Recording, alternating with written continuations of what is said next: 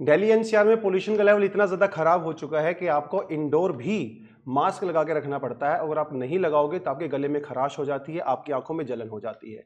दोस्तों, आज इस वीडियो में हम लोग इसी पोल्यूशन के टॉपिक के बारे में डिस्कशन करने वाले हैं। दिल्ली एनसीआर में पोल्यूशन किस तरह से काउंट किया जाता है, कौन इसको काउंट करता है, इसका इंपैक्ट क्या होता है और इस पोल्यूशन के लिए क्या क्या स्टेप लिए जा सकते हैं, उसके लिए मैकेनिज्म क्या है, उसके लिए प्रोसीजर क्या है। और आज के इंडियन एक्सप्रेस में यहां से एक्सप्लेन सेक्शन में भी ये सवाल जो है पूछा गया है। और आप देखें यहाँ पे जो एयर क्वालिटी इंडेक्स है वो 400 प्लस जा चुका है और पोल्यूशन की कैटेगरी सीवियर प्लस हो चुकी है। आप ये मान के चलिए कि इससे ज़्यादा पोल्यूशन खराब नहीं हो सकता, हमारे यहाँ पे पोल्यूशन का लेवल नहीं बढ़ सकता है और ये सबसे मैक्सिमम कैटेगरी पे जा चुका है। दिल्ली में स्कूल्स बंद हो चुके हैं, इंस्टीट्यूट्स बंद हो चुके हैं, ट्रैफिक रेगुलेशंस को वो जो है यहाँ पे अप्लाई किया गया है, उसके बारे में हम लोग यहाँ पे पढ़ने वाले हैं। लेकिन ये सब मेजरमेंट किया जाता है एयर क्वालिटी इंडेक्स से। एयर क्वालिटी इंडेक्स क्या होता है, किस तरह से काम करता है, इस वीडियो में हम लोग वो देखने वाले हैं। देखिए, 2014 में जब स्वच्छ भारत मिशन चलाया गया था तो उसके तहत हम लोगों ने एयर क्वालिटी इंडेक्स को भी यहाँ पे इंक्लूड किया।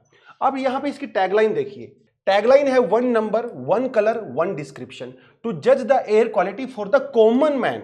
कॉमन मैन मतलब आम आदमी के लिए। देखिए, बहुत सारे पोल्यूटेंट्स हमारे पास होते हैं, इनका ह्यूमन हेल्थ के ऊपर अलग अलग इंपैक्ट होता है। इसको कैलकुलेट करना काफी डिफिकल्ट प्रोसेस होती है और एक आम आदमी के लिए इसको समझ पाना काफी डिफिकल्ट हो जाता है।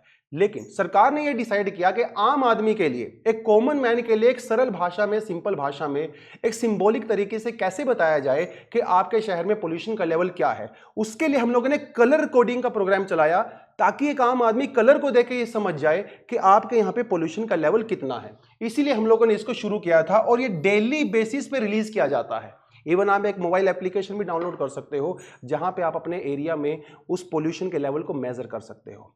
कौन इसको कैलकुलेट करता है, कौन इसको मेजर करता है, वो देखना भी जरूरी है। इसके लिए गवर्नमेंट के द्वारा एक एक्सपर्ट ग्रुप बनाया जाता है। उस एक्सपर्ट ग्रुप में कौन कौन होते हैं, उसमें मेडिकल प्रोफेशनल्स होते हैं, एयर क्वालिटी एक्सपर्ट्स होते हैं, एकेडमिशियंस होते हैं, इनके प्रोफेशनल्स वगैरह होते हैं, और भी कुछ एनजीओज होते हैं। उन सबको इंक्लूड किया जाता है एयर क्वालिटी को मेजर करने के लिए। इसमें टेक्निकल ग्रुप भी होते हैं और आईआईटी कानपुर टेक्निकल स्टडी करता है पोल्यूशन का मेजरमेंट का लेवल कितना है, कितने एरिया में क्या क्या रीजंस उसके हो सकते हैं, ह्यूमन हेल्थ के ऊपर क्या इंपैक्ट होता है, किस टाइम कौन सा पोल्यूटेंट ज्यादा एक्टिव होता है। ये सारी के सारी कैलकुलेशंस आईआईटी कानपुर के द्वारा की जाती हैं। अब सवाल ये उठता है कि वो कौन कौन से पोल्यूटेंट्स हैं जिनका यूज करके हम लोग एयर क्वालिटी इंडेक्स को मेजर करते हैं। हमारे पास यहाँ पे 8 पोल्यूटेंट्स हैं। आप यहाँ पे देख सकते हो PM10, PM2.5, nitrogen dioxide, sulphur dioxide, carbon monoxide, ozone, ammonia और लेड, जिसे हम लोग PB से शो करते हैं। जैसे कि मैंने आपको पहले बताया कि हम लोग रोज इसको रिलीज करते हैं, लेकिन ये जो पोल्यूटेंट्स हैं, हर पोल्यूटेंट को कैलकुलेट करने की जो टाइम लिमिट होती है वो अलग अलग होती है। हमारे यहाँ पे 6 पोल्यूटेंट ऐसे होते हैं जो 24 आवर्स की एवरेज में निकाले जाते हैं। जहां पे आप देख सकते हो PM10, 2.5, nitrogen dioxide, sulphur dioxide, ammonia और लेड आता है। जबकि 2 पोल्यूटेंट ऐसे होते हैं जो 8 घंटे के एवरेज पे मेजर किए जाते हैं, कार्बन मोनोऑक्साइड और ओजोन 8 घंटे की पे मेजर किए जाते हैं। इनको कैलकुलेट करने का तरीका क्या है? इनको कैलकुलेट करने का तरीका एक आम आदमी की भाषा में आप ये कह सकते हो, जिस पोल्यूटेंट का ह्यूमन हेल्थ के ऊपर जितना ज्यादा नेगेटिव इंपैक्ट होता है उसको उतना ही वेटेज दिया जाता है। मतलब हर पोल्यूटेंट की इंपॉर्टेंस इक्वल नहीं है। जैसे PM2.5 है, ये PM2.5 का जो पार्टिकल होता है इतना छोटा होता है कि वो आपके लंग्स के अंदर एंट्री कर सकता है, आपकी ब्लड स्ट्रीम के अंदर भी जा सकता है। जबकि PM10 पार्टिकुलेट मैटर जो 10 है, इसका साइज थोड़ा सा बड़ा होता है और ये आपकी बॉडी में, आपकी लंग्स में उतना अंदर तक नहीं जा पाता है। अगर आप सिंपल मास्क भी पहन लेते हो तो PM10 को रोका जा सकता है, लेकिन PM2.5 को रोकना थोड़ा सा मुश्किल होता है। उसी तरह से हमारे पास अमोनिया है, हमारे पास SiO2 है, हमारे पास आप देखें यहाँ पे इतने सारे पोल्यूटेंट हैं। हर किसी का इंपैक्ट ह्यूमन हेल्थ के ऊपर अलग अलग होता है और उसी हिसाब से हम लोग एयर क्वालिटी इंडेक्स को मेजर करते हैं। अब जैसे कि आपको पता है कि एयर क्वालिटी इंडेक्स का बेसिक पर्पस है कि आम आदमी को समझाना, सिंपल भाषा में समझाना, उसको कलर के हिसाब से समझाना।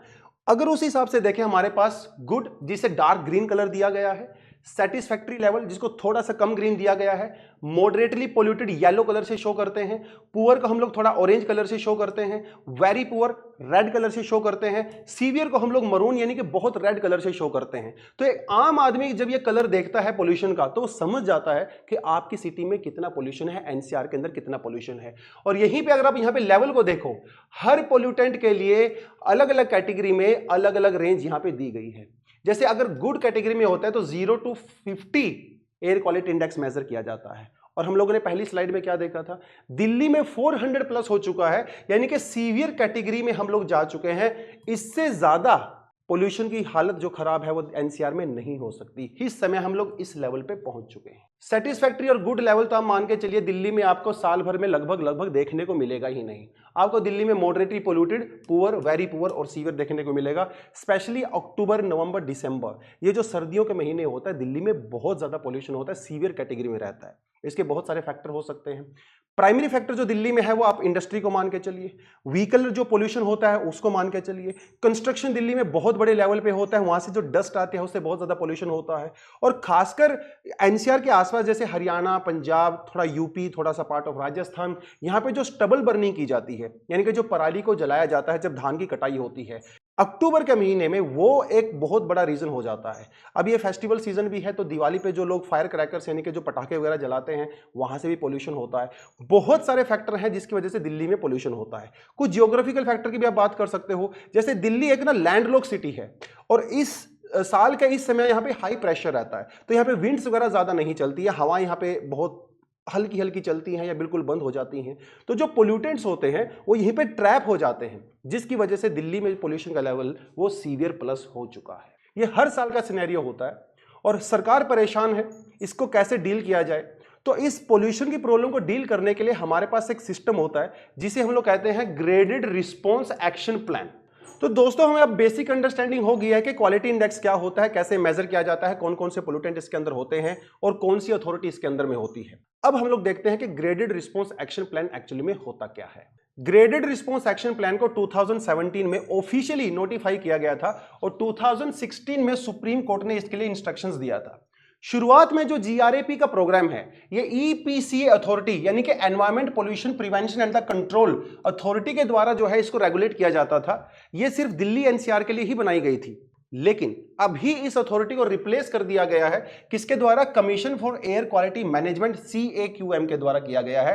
और ये जो जीआरएपी है ये इंक्रीमेंटल इन नेचर है। इंक्रीमेंटल का मतलब क्या होता है, जैसे जैसे पोल्यूशन का लेवल बढ़ेगा वैसे वैसे हम लोग स्टेप्स भी बढ़ाते रहेंगे। जितना ज्यादा पोल्यूशन का लेवल बढ़ता रहेगा हमारे स्टेप्स भी उतने ही ज्यादा स्ट्रिक्ट होते रहेंगे। अगर मान लो पोल्यूशन की कैटेगरी AQ की कैटेगरी वो गुड या सेटिस्फैक्ट्री में है, फिर तो आपको स्कूल बंद करने की जरूरत नहीं है, कॉलेज बंद करने की रिक्वायरमेंट नहीं है, डीजल इंजन को बंद करने की रिक्वायरमेंट नहीं है। लेकिन जब लेवल बहुत ज्यादा बढ़ जाता है फिर आपको इस तरह के स्टेप लेने पड़ते हैं। तो जिस हिसाब से पोल्यूशन बढ़ेगा उसी हिसाब से हम लोग स्टेप लेते हैं। जीआरएपी के अंडर में 4 स्टेज होती हैं और पोल्यूशन के हिसाब से चारों स्टेटों में हम अलग अलग एक्शन यहां पे लेते हैं, जो भी हम लोग यहां पे देखेंगे। जीआरएपी की ये तब हम लोग यूज करते हैं जब हमारा पोल्यूशन 201 से लेकर 300 तक की यूनिट पे पहुंच चुका होता है। स्टेज 2 हम लोग कब यूज करते हैं, जब वो वेरी पुअर कैटेगरी में हो चुका है और पोल्यूशन का लेवल होता है 301 to 400। स्टेज 3 हम लोग तब लेते हैं जब कंडीशन हो जाती है सीवियर और लेवल हो जाता है 401 से लेकर 450।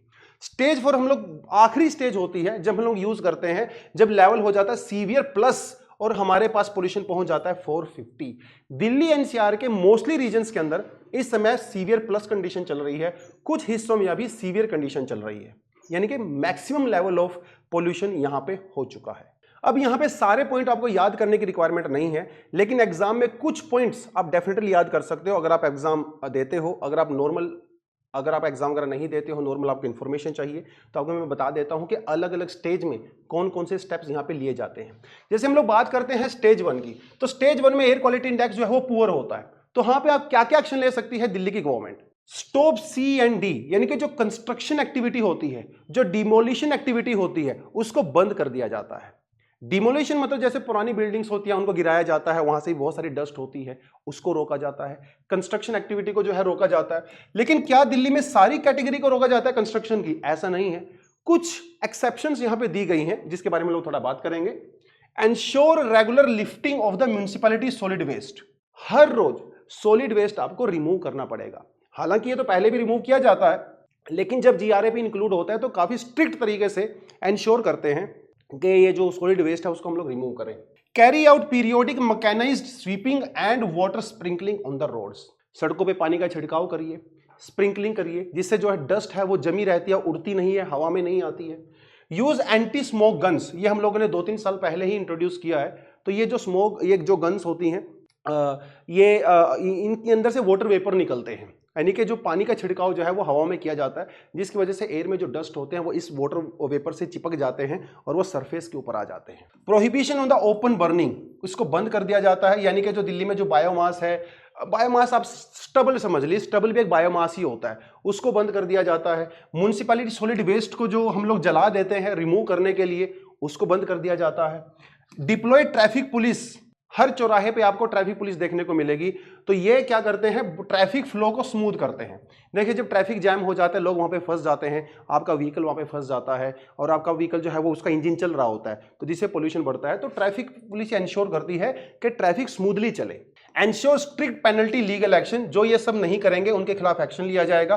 फ्लाई ऐश पॉन्ड्स वगैरह को जो, और वाटर एवरी ऑल्टरनेट डे, यानी कि जो दिल्ली के आसपास जो ईंट वगैरह बनाने के जो भट्टे होते हैं, ठीक है, उनको थोड़ा सा रेगुलेट यहाँ पे करना होता है। जो डिस्कॉम कंपनी होती है, इलेक्ट्रिसिटी जो डिस्ट्रीब्यूशन कंपनीज वगैरह होती हैं, इंश्योर किया जाता है कि बिजली के कट कम से कम लगें। डीजल जनरेटर जो यूज़ किए जाते हैं दिल्ली में पावर सप्लाई के लिए, कोशिश की जाती है कि वो बहुत रेगुलरली यूज ना हो, जब बहुत इमरजेंसी हो तभी डीजल इंजन का हम लोग यूज करें। ये स्टेज 1 के अंदर जो है इस तरह के प्रोग्राम लिए जाते हैं। अब स्टेज 2 के अंदर क्या क्या होता है? स्टेज 2 तब होती है जब जो कैटेगरी बहुत पुअर हो जाती है। यहां पे सड़क जो है उसको वैक्यूम क्लीनिंग की जाती है, यानी कि अभी पानी छिड़कने से काम नहीं चलेगा, आपको वैक्यूम क्लीन करना पड़ेगा। सड़क के ऊपर जो डस्ट है आपको वो डस्ट को रिमूव करना पड़ेगा। दूसरी चीज, एंश्योर वाटर स्प्रिंकलिंग। अब पहले क्या होता था, पहले भी हम लोग वाटर स्प्रिंकलिंग कर रहे थे, अब भी करेंगे। पहले हम लोग डेली बेसिस पे कर रहे थे, अब दिन में 2 बार करेंगे, सुबह भी करेंगे, शाम को भी करेंगे। ये स्टेज 2 के अंदर लिया जाता है। उसके अलावा कोल फायरवुड, तंदूर वगैरह जो होटल में यूज किया जाते हैं, आप इनको बंद करिए। Discourage the use of the generator set. पहले हम लोग क्या कर रहे थे, जनरेटर को अलाउ कर रहे थे लेकिन रेगुलर यूज में नहीं दे रहे थे, और इस बार हम लोग इसको डिस्करेज करेंगे। सरकार कोशिश करती है कि लोग डीजल इंजन का यूज ही ना करें, जनरेटर्स का यूज ही ना करें। सिंक्रोनाइज द ट्रैफिक मूवमेंट, जो पहले एक्शन लिया जा रहा था यहां पे वो भी लिया जाता है। न्यूज़पेपर वगैरह के अंदर आप लगातार टीवी पे आप ऐड करिए, रेडियो पे ऐड करिए, लोगों को अवेयर करिए कि आपको ये सब चीजें करनी है। पार्किंग फीस बढ़ाइए, क्योंकि अगर पार्किंग फीस महंगी हो जाएगी तो लोग पर्सनल व्हीकल का यूज नहीं करेंगे, लोग पब्लिक ट्रांसपोर्ट का यूज करेंगे, बसों का यूज करेंगे, मेट्रो का यूज करेंगे। तो डिस्करेज करने के लिए ये भी किया जाता है। सीएनजी और इलेक्ट्रिक बसेस, इनको प्रमोट किया जाता है और कुछ नई व्हीकल्स वगैरह भी ऐड कर दी जाती हैं। ये सब होता है स्टेज 2 के अंदर। स्टेज 3 जिसे हम लोग सीवियर कैटेगरी कहते हैं, और यहाँ पे जो एयर का पोल्यूशन का लेवल है that is from 401 to 450। Delhi के मोस्टली हिस्से में अभी आप ये समझ लीजिए इसी स्टेज को चलाया जा रहा है। यहाँ पे क्या क्या होता है, जो वैक्यूम बेस्ड जो स्वीपिंग होती है इसकी इंटेंसिटी इंक्रीज कर दी जाती है, मे बी दिन में 2 बार, मे बी दिन में 3 बार। जो ब्रिक किन्स होते हैं, यानी कि जब ईंटें वगैरह बनाई जाती हैं दिल्ली एनसीआर के आसपास, उसको कंप्लीटली बंद कर दिया जाता है। Ban close down the mining activity, जो दिल्ली के आसपास होती है उसको कंप्लीटली बंद कर दिया जाता है। Strict ban on the construction and the demolition activity in the entire NCR region. Construction activity पूरी तरह से बंद होती है, डिमोलिशन एक्टिविटी पूरी तरह से बंद होती है, except there are some terms and condition. अगर कोई सेंट्रल गवर्नमेंट का रेलवे का प्रोजेक्ट है आप उसको अलग कर सकते हो, कोई दिक्कत नहीं है। अगर डिफेंस रिलेटेड कोई एक्टिविटी हो रही है आप उसको भी कर सकते हो, या कई और जैसे हाईवे, रोड्स, फ्लाईओवर वगैरह बनाए जा रहे हैं जो कि गवर्नमेंट के द्वारा प्रोग्राम पब्लिक वेलफेयर के लिए चलाया जाता है, आप उसको भी कंटिन्यू कर सकते हो। लेकिन जो प्राइवेट कंस्ट्रक्शन होती है वो दिल्ली में पूरी तरह से बंद कर दी जाती है इस स्टेज में। जो लास्ट स्टेज होती है, जो हमारी स्टेज 4 होती है, यहाँ पे क्या क्या किया जाता है। दिल्ली में जो बड़े व्हीकल आते हैं जैसे ट्रक वगैरह आते हैं दिल्ली के बाहर से, उनको बंद कर दिया जाता है। Ban on the प्लाइंग of the daily registered diesel operating medium goods vehicles and the heavy goods vehicle, यानी कि जो मीडियम, जो टेम्पो वगैरह होते हैं, बड़े ट्रक वगैरह होते हैं जो एनसीआर में रजिस्टर्ड होते हैं, डीजल होते हैं, उनको बंद कर दिया जाता है। 4 व्हीलर जो डीजल आपके प्राइवेट व्हीकल्स होते हैं उनको भी बंद कर दिया जाता है। इंडस्ट्री को बंद कर दिया जाता है, कंस्ट्रक्शन एक्टिविटी को पूरी तरह से बंद कर दिया जाता है। इवन सेंट्रल गवर्नमेंट अपने एम्प्लॉइज को वर्क फ्रॉम होम भी दे सकती है। आप ऑफिस में आने की जरूरत नहीं है, आप घर से काम करिए, क्योंकि अगर ऑफिस में आओगे तो आप गाड़ियों वगैरह का यूज़ करोगे, बाइक्स का यूज़ करोगे, उससे पोल्यूशन बढ़ता है, तो ये सब किया जा सकता है। इस स्टेज में आप ओड इवन भी चला सकते हो, वो भी यहाँ पे अप्लाई किया जाता है। Closure of the schools, colleges and the education institutions, coaching institution बंद करिए, एजुकेशन इंस्टीट्यूशन बंद करिए, स्कूल बंद करिए, कॉलेज बंद करिए, ये सब भी दिल्ली में अभी 2 दिन के लिए स्कूल बंद हो गए हैं। ये सब स्टेज 4 के अंदर किया जाता है। तो इस वीडियो में हमें बहुत कुछ सीखने को मिला। एयर क्वालिटी इंडेक्स क्या होता है, इसके अंदर कौन कौन से पोल्यूटेंट्स होते हैं, क्या मेथड होता है एयर क्वालिटी इंडेक्स को यूज करने का, कौन सी अथॉरिटी होती है जो इसको इंश्योर करती है, कौन कौन से स्टेप्स जो है हम लोग ले सकते हैं जिस तरह से दिल्ली में पोल्यूशन का लेवल बढ़ता है। तो इतनी इन्फॉर्मेशन आज आपके लिए सफिशिएंट है और आज इस वीडियो को इसी इन्फॉर्मेशन के साथ मैं एंड करूंगा। Thank you very much, all the best, जय हिंद, जय जवान, जय किसान।